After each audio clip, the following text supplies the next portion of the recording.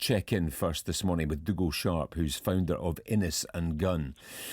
Dougal, morning. Morning. How are you feeling this morning? A sort of mixture of relief and frustration. We've been pushing for...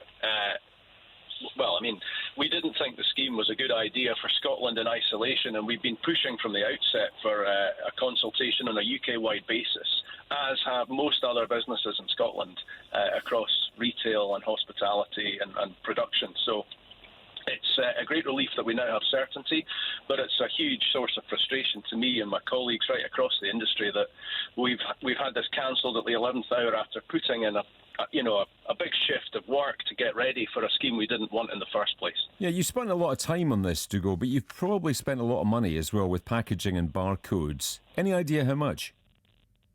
Well, I wouldn't like to say how much, but it's a significant sum of money, both in terms of the financial cost and people's time. And I just want to be clear: we're not against recycling. We're not against any of the aims of the scheme. We just think there are easier, quicker, and far less costly ways to the consumer and to business to achieve the same ends. And one of the things that I'm most frustrated about is that we could actually have been getting on with something now, rather than waiting, another 2 years. The consultation's been going on for something like 5 years on deposit return scheme. But actually, there are plenty of ways we could start doing things right now to make meaningful impacts on return rates and recycling rates. And I just find that absurd. In the middle of what we're calling a litter emergency, bins don't require Westminster's approval. We could be getting on with stuff now, and that is a source of huge personal frustration for me. Yeah, interesting. Circularity Scotland, the industry body set up to administer this, even they say they're disappointed with this outcome and they could have made it work without glass come next March. It's reckoned, Dougal, across the industry about 300 million has been invested by people like you and the other big drinks producers to get this scheme ready to go. Are you going to be looking for that money back from the Scottish Government?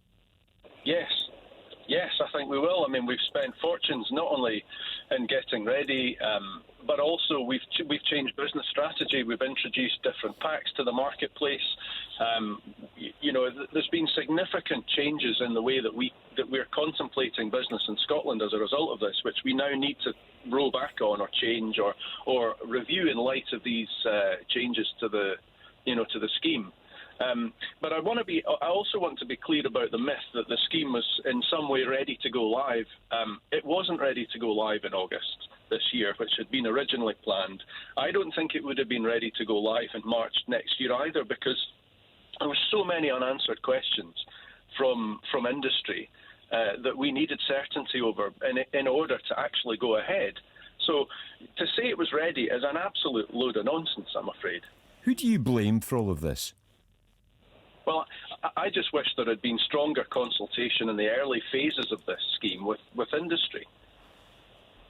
And you would have seen the difficulties that were coming and alerted the ministers to them? Well, to be honest, the industry has been warning of the issues.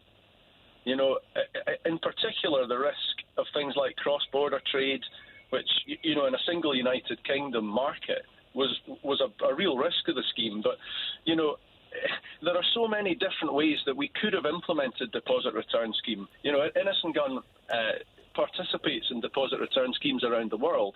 Most deposit return scheme levies are levied at the till, which doesn't put enormous pressure onto businesses. And the minute you put pressure on business, financial costs onto business, the business then just passes all that cost on, plus VAT, to the retailer, who then passes it on to the consumer. And of course, the retailer also has costs associated with DRS. They're all getting passed on too. So there are a lot simpler ways to do this. It was the absurdity of the complexity of the scheme that was the biggest issue with it. It was so complex to administer, and that's why it was going to be so expensive for consumers. And that was something we always felt was a huge risk. What's the problem with glass in all of this? Is that just an excuse from the UK government? Isn't this just blatant interfering by them? No. Their scheme has excluded glass. They said it had excluded glass, and I think, if you listen to industry in Scotland, there was a strong desire for a UK-wide implementation of whatever solution we finally all agree on. And they have said glass is out. Now, if you look at glass recovery rates in Wales, believe it or not, are already at 90%. Now, they don't have deposit return scheme in Wales at the moment. They just use curbside recycling. So they've taken the lead. They've invested behind the infrastructure to get to 90% without all of the misery and pain and costs of deposit return scheme. So if it can be done there, it can be done everywhere. So it felt to me like glass was not necessarily required in the scheme if we were prepared to do something, a bit like what Wales has done, to just do something different. How do you think this is going to end? Because Lorna Slater says she's not convinced that the UK government will be ready to deliver this scheme in 2025. Well, that's quite amusing, given the multiple delays that we've had in Scotland. But, I think what the good news is for everyone now is that there's certainty for business, there's certainty for consumers as to what we're going to do about this in the short term. Businesses right across the United Kingdom now will join the consultation, and I think helpfully all of the lessons that we've learned in this botched implementation in Scotland can now be taken forward into that UK consultation.